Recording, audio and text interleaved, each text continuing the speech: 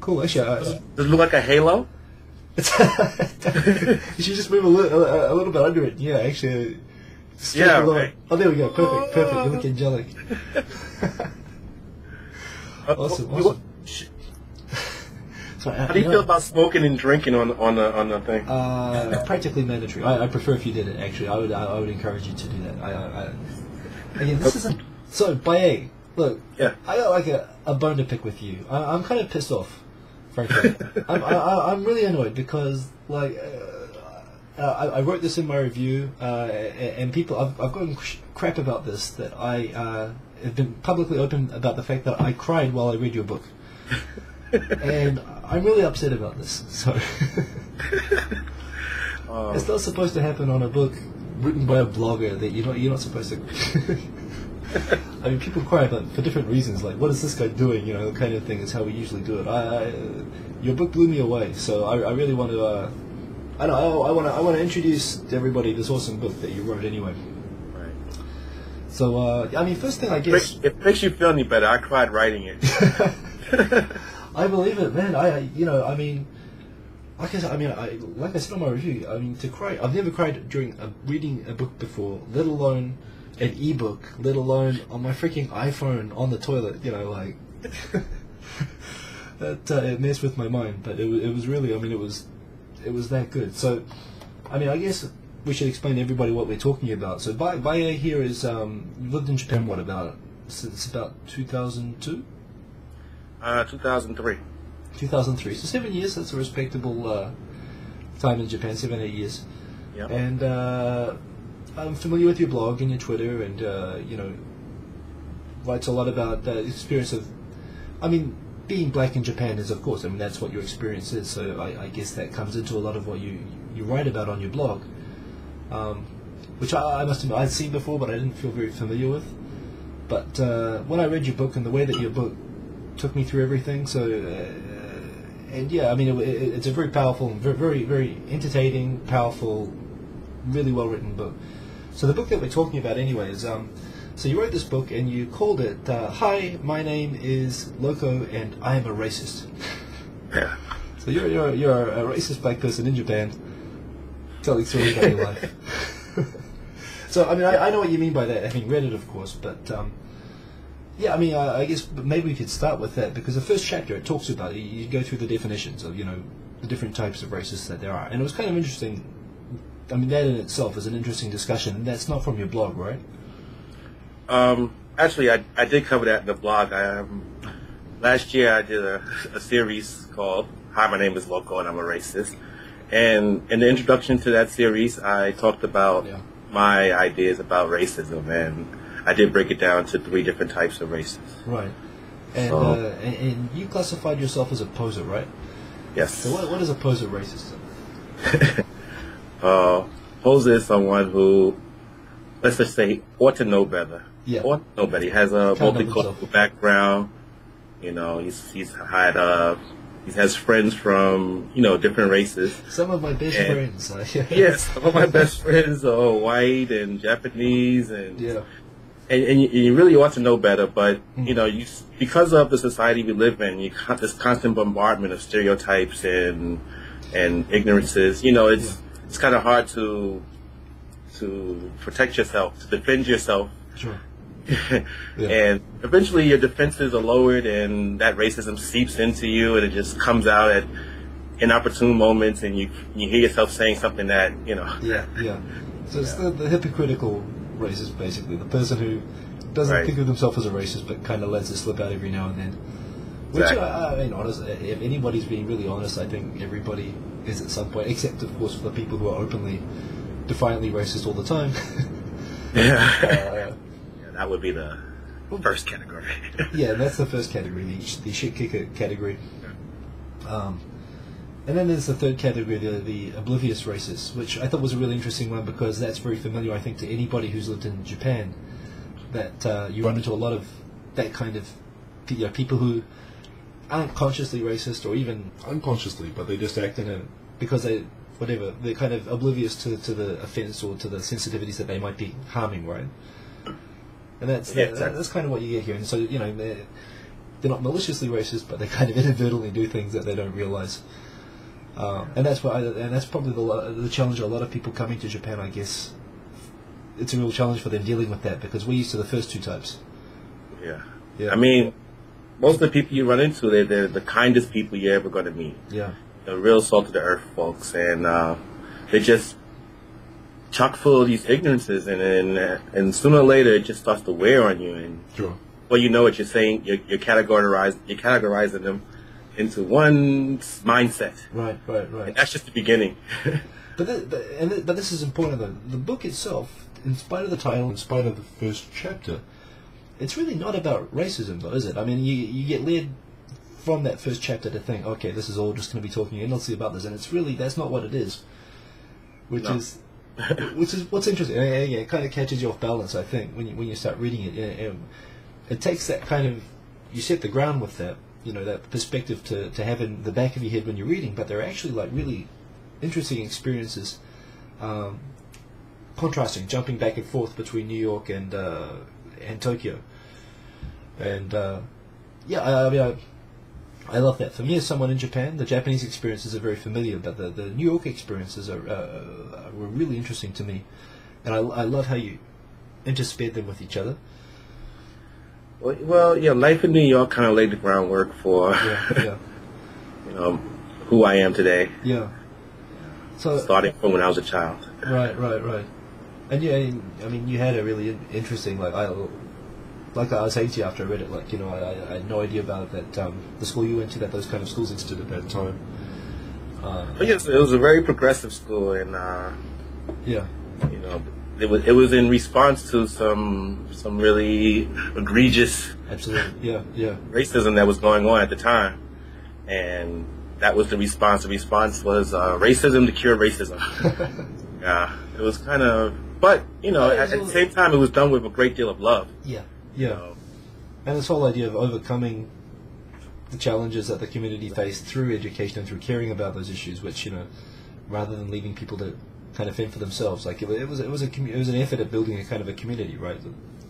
Exactly. I mean, it's unfortunate that to build self-esteem as a race, it requires a bit of racism to do that. But I get it, and this is why I think as Anglo-Saxon, British Empire, that's not a mystery to anybody. I mean, that's every country builds up its own very positive self-image of itself always being the good idea, and within the image of what this typical British or American person is, which because they started out as Anglo-Saxon founding countries. I mean, I got filled with that kind of propaganda myself growing up, and it's.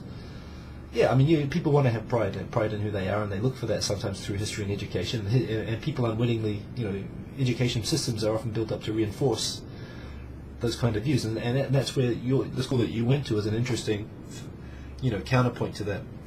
Exactly. And something that's interesting to me about Japan as well, because when you come to Japan, the perspectives on European history.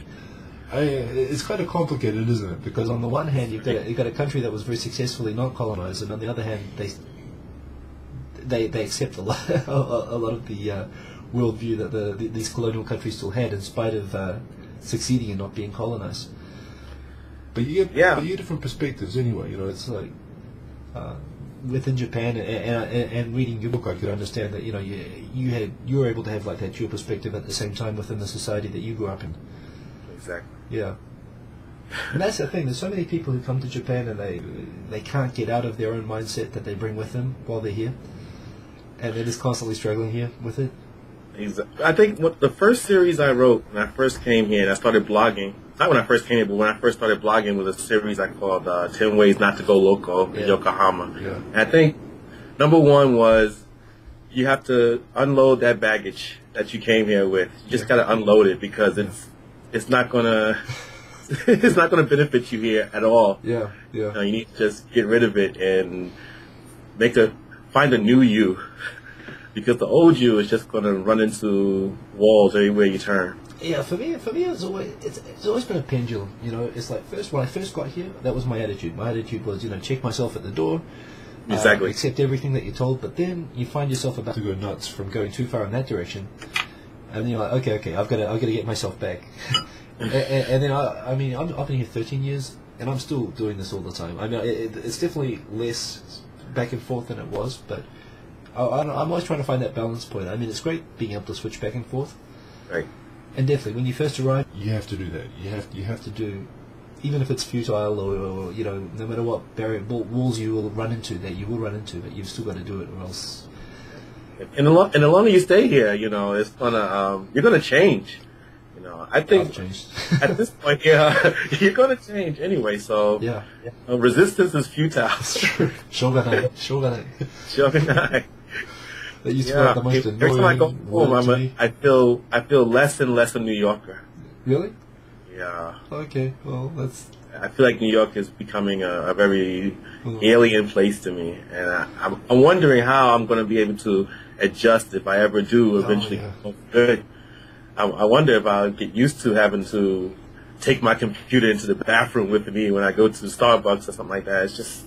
Yeah. I mean. Japan has spoiled me. It has really spoiled me. Yeah. I mean, New Zealand's still got the lowest crime rate, like just about anywhere in the world. I mean, outside of Japan. And even there, I know I can't leave my wallet on my desk, or I can't, you know, like walk up to the convenience store with my door unlocked. So I'm the same. But yeah. So with the book, I mean, what impacted you the most about the book? I mean, well, this is it. I mean, the episodes that you go through are really vivid. Some of them are entertaining. Some of them are moving. And I loved all of those, but it really is. It's the journey. It's the fact that, and this is why. And for anyone reading this book, I really recommend this. I've talked with some people about the book who didn't get it quite so well, and I talked with them, and it was like, yeah, I just jumped to this chapter, and this chapter, and yeah, it makes sense because of the book is structured very thoughtfully. I think it's important to read it in the way it's set out. Like that's an important element of it. And so it's the whole journey of first having the framework for understanding it, then the familiar experience, you know, the empty train seat, then being thrown to an unfamiliar place, and then understanding where those perspectives kind of originated from, and then going back to the familiar place, and then back to the. So for me, I mean, overall, it was. The first point in the book that I cried, and I won't talk about it because I want to leave those, for the readers to find. Thank you. But honestly, like when I think of the first movie I ever cried in, geez, this is like a therapy session. Okay, so it was Cinema Paradiso. You know, if you haven't cried during Cinema Paradiso, then you know there's something really wrong with you. But what that movie does, you know, it takes you through these. You know, I mean, they mess with you. They take you through these, you know, very entertaining, joyous, angry, and then boom, all of a sudden, you get caught off guard by something, and you're so wrapped up in it that it hits you the way it's supposed to hit you, and that's why it's important to read the book in the order that it's set out to me, because it was able to impact me the way that I think you were seeking to do, but it was powerful because of that. I went on the ride that the book took me through. So, and in the course of doing that, you began an emotional understanding of the perspective that you're trying to convey through the book, and that's where the message is. I mean, there are lots of small messages and great little stories and great little episodes that you have, but the message comes through the emotional involvement and the perspective that you gain through reading it. So, yeah, I mean, I could point to bits and pieces, but honestly, it's the whole journey. It was a ride, and the way that you were able to describe everything so vividly all the way through that I never felt like I was reading a description. I felt like I was in the room looking around the room every time, which is something that bloggers, you know, a blogger would say, you know, I went and so said such and such, and you know, then I did this and that, like an email. But this was like, you know, this puts you in the rooms. You know, it's proper writing, and it's a reminder. I think I'm so used to reading blogs. And your tech blogs and you know, stuff in my RSS feeder. I'm a lazy reader, and you forget that you know, you can take a little bit more time sometimes and fill things out much more. So I don't know, but what really got me is the characters. I mean, when I say the characters, these are real people. Right. But the people who come up in your book that really appealed to me. I mean, there's so many little episodes, but I mean, I told you about this after I read the book, but I love that was interesting actually. So I mean, tell everybody about what happened with White Boy Chris. Recently, you mean? Recently, and just without giving anything away, when you were growing up in Brooklyn, in a predominantly black neighborhood, you had a white friend. Yeah. His name was Chris, and he was living there, and you got on, but there was this tension between, keeping up appearances with some of your black friends and having, in this way, being a real friend of yours at the same time, and you had a falling out, basically, right? Yeah, we had a falling out, and recently he contacted me because somehow he got in touch with the book, and he read the book and sent me an email. Yeah. And I was like, wow. I mean, beyond the power of the internet, it was just really, I felt a sense of atonement, a sense of reparation, And this is basically why I wrote the book. So it felt like a message from, from the creator that's letting me know that I'm on the right track. Yeah. And having read it was beautiful for me. When you, and I didn't see you tweet about it when you tweeted that it happened. So having read the book and then hearing from you that he got in touch with you afterwards, I was like, oh, that's really good. Yeah, that's really. There's certain people in the book I hope don't read it, but that was one that was kind of cool. But and the other thing, I mean, the story that I really loved, and again, as I told you before, was the boot camp story. Right. And the talk that your drill sergeant gave to you towards the end of that experience.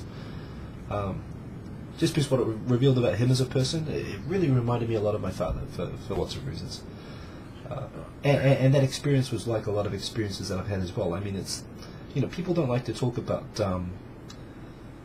their failures or whatever. People like to talk about when they remember their lives or whatever. They like to remember things that they get right and try to set aside what doesn't work out. But I think those experiences are those experiences, things don't work out perfectly well, that turn out to be the most valuable in our lives. And that was a really powerful example of that. I really love that story. It was very powerful for me too, because as you know, I thought he hated me. Yeah. Throughout the entire boot camp, I was on his shit list permanently. Yeah. And then suddenly he comes with this kind of hopeful advice. So and it stuck with me all these years. Yeah. And I draw from it when I'm writing, when I'm feeling down. I remember these people. These are people who impacted my life the most. Yeah. This is almost 25 years ago. Yeah. So and so I'll never forget him. Yeah. And I hope he reads this book too. Yeah. No, absolutely. So I mean, I guess what I want people to know about this book anyway is that don't prejudge it. It's easy to get the idea from it that it's another guy raving about, and you've had this, right? You've had people come up and say, "Oh, you're just writing about racism in Japan" or something like that. Right. And it's really not about that. It's about the experience of Japan. So people interested in coming to Japan, it's a perspective that I can relate to about coming to Japan, but it's a perspective that comes from a very different place to what I'm familiar with. But the actual experiences, are familiar in some ways and not in others. But as a really vivid. One, the experience of coming to Japan, and two, the experience of, the episodes you talk about in your book relate so much to a lot of the culture that came out of New York from that time period, the hip-hop movement, in which you don't focus on directly, but you can see the crossovers and ties to that. Stuff like that as well. Just blew my mind while I was reading it. It was like, I really gained a really deep, I feel like I gained a deep perspective of your worldview, and at the same time I really learned a lot from the book about things that I thought I knew stuff about. So and it's emotionally moving. It's a really, I mean this sincerely. I think it's the best thing I've read since I've been in Japan. So thank you. Thank you. And seriously, I'll put links down below, and I've got my written review, which I'll put a link for down below as well. But you can buy it as an ebook, and there's going to be a published, like a paper version of the book is going to come out. Where's that going to come out? I'm shooting for February, so probably towards the end of February or early March, the latest. Yeah. So it's underway. Yeah. I for me as well. I mean, you've got a really good way with words. Like someone who's a practiced writer. There's some phrases in there that I remember reading, and I wish I could remember them, but I wanted to go and underline them or mark the page sometimes, because just really good little pithy insights, and some very deep stuff, like stuff you really thought through a lot of the things that you talk about. So I will get the I'll get the hard copy book as well. Okay.